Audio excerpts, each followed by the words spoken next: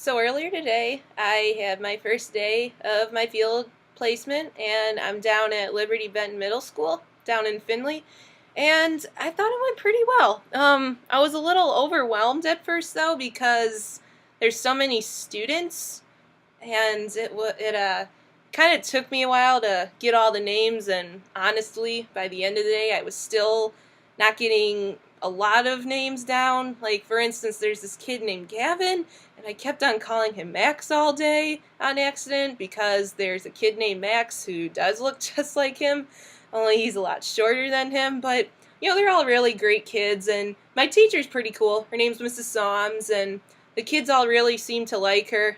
They're very well behaved. Doesn't seem like she has to really deal with a lot of classroom management with them, because I think she possesses the thing that teachers need to have, where if you establish that rapport and have expectations, realistic expectations with your students, and they admire you and want to please you, then they'll be more likely to want to obey you and keep your expectations and therefore follow the rules, and then there's less classroom friction and all that, as you can tell. So yeah, and my favorite part of the day was probably sitting by the kids at lunch because I was able to get to know them well. I sat actually at a table with some girls for the longest. I was kind of circulating around at all the tables, but there was this one table that was like, Miss Bauer, come sit over here. And it was there were these two girls. They're twins, actually. They're named Sydney and Savannah, and really, really cute girls. And they're really good friends with this girl named Maddie in the class, so she was there. I unfortunately don't remember the names of all the other girls at that table quite yet, but I think I will eventually. I guess, just bear with me. They'll all have to bear with me. My teacher teaches like 3 different class periods during the time that I'm there, and there's about 25 kids in each of those rooms, so I'm exposed to about 75 different students each time I go. So, yeah, definitely not going to know every name by heart right away, but it was still a really cool experience, and I'm really looking forward to going back next weekend. I seem to get along pretty well with all the kids so far. Some of them seem a little shy around me, but they don't know me at all, so that's understandable. But there's some kids who are already like, Miss Bauer, hi, and oh, are you coming back next week? And I'm just like, yeah, I'll see you then. So yeah, I think this will be a great experience, and like I said, I'm really looking forward to going back, and to be continued. So this marked week 2 of my field placement. Was a very fun time again, as usual. I sat with the kids at lunch again today, and I'm starting to remember a lot more of the kids' names too, which is good. I don't know everyone's quite yet, but I know a lot more than I knew last week, at least. And I'm still feeling like I'm developing some pretty good relationships with the students. They all are constantly wanting to tell me, stuff that's going on, and I find myself asking them a lot of questions too, trying to get to know them and all that.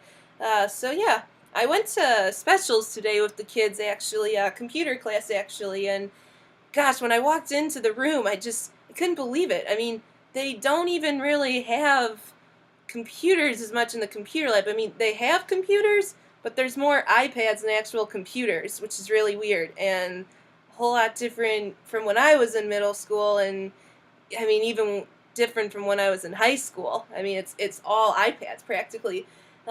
So basically on the iPads, the kids, they did a cursive activity that shows you how to write in cursive and just write on the iPads in general, because I've actually heard that they're gonna be like replacing computers with iPods possibly in a lot of schools. I don't know if that's true, but if it does happen, I guess I wouldn't be surprised, because it just floors me how much technology we keep seeming to get in, and how it's just taking over everything and becoming just such a necessity. It's crazy. So yeah, we did that, and then after we did that for a while, we just played some games. There's this really cool game on the iPads called Spy Mouse, and the kids get really into it. It's like a problem-solving game where you're in a maze and you're a mouse and you got to try like avoid this cat. It kind of reminds me of Tom and Jerry on the iPad a little bit,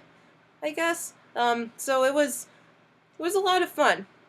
And I went out at recess with the kids today too, and we played Foursquare, and that was a lot of fun. And when I'm in the actual classroom, when Mrs. Soms isn't up teaching a lesson or something, I find myself just kind of walking around and helping the students with some homework. Like, for instance, when they first come into class, they do these things called a daily, where I think this is kind of how Mrs. Soms incorporates her geography part of the curriculum here, because I'm teaching fifth, or not teaching, I'm observing fifth grade.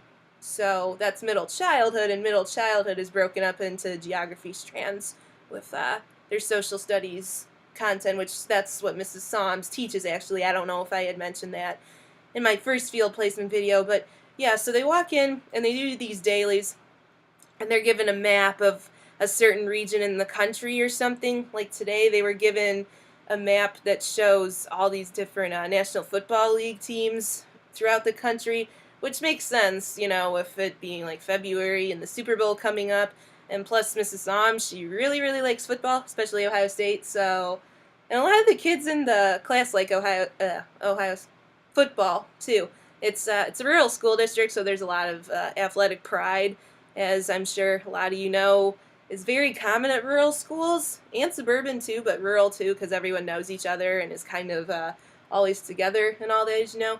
But yeah, so they did that today, and that was a good way for me to walk around and help them. There were a couple kids that kind of had trouble with reading the map key, or kind of they had difficulty with understanding how a question was worded, kind of. So I like walking around and helping them. I think it's a good way for me to, kind of practice things that I am going to say to kids to motivate them and all that. And it's just a good way for me to walk around and get to know them more and see what their strengths and their weaknesses are and what type of students they are. I feel like that's going to really help me once I actually have my own classroom someday as a teacher, is still walk around and helping them a little bit. I mean, you got to use scaffolding, of course. There's a certain point where you got to let them do it on their own, and when you kind of have to be standing there offering guidance too when it's needed. But I think it's been a good experience so far, me getting up, walking around, helping the kids out. And I really like geography too. Like one of my content areas actually in my social studies, or in my major as a middle childhood major, I'm language arts, but I'm also social studies for my other content area. And of the different social studies topics that I do have to teach, such as government, economics, history, and geography. Geography is my favorite. I feel like there's just a lot you can do with it, and it's always the part of history, social studies, that kind of interested me the most, and especially in middle school, I always really, really liked it a lot. So that's pretty much week 2 in a nutshell, and to be continued.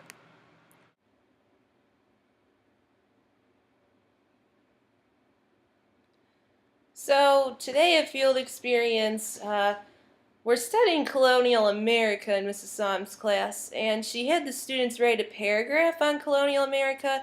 She gave like a specific area, she assigned a specific area of colonial America to each student, and they had to write about a couple different criteria, like the jobs that existed there, some of the resources that they had there, some of the religions that were practiced there. So it was broken up in the southern colonies, the middle colonies, and the northeast colonies, like the New England colonies, yeah.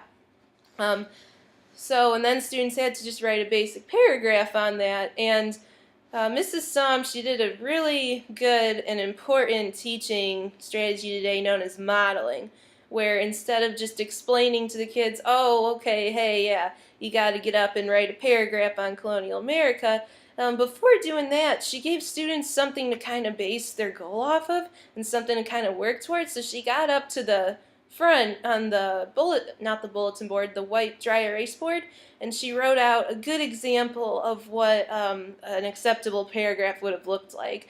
She was like, oh yeah, you got to go up there and when you write your paper, you got to have a good, catchy opening, and you got to have supporting details, and then you got to end with a good, catchy conclusion that kind of summarizes everything and ties it all up. So that was a good way for students to look off of, and she had it right up there on the bulletin board where everyone could see it and look off of as they did their paper too, which was cool. And I just walked around and helped the kids out with it. So I thought it was a good, pretty cool project too for them to do. So yeah, it was nice helping the kids out again, and I love to write too. As I've mentioned before, I'm a language arts major too, so I think doing something like this in my class someday when I have my own classroom will be a cool way for me to incorporate social studies content along with language arts, because I was told in my teaching professions class that I did my senior year that kids, they think it's kind of cool when you combine the subjects together, and I think this will be a good way to do it. So it was another successful day today at field placement.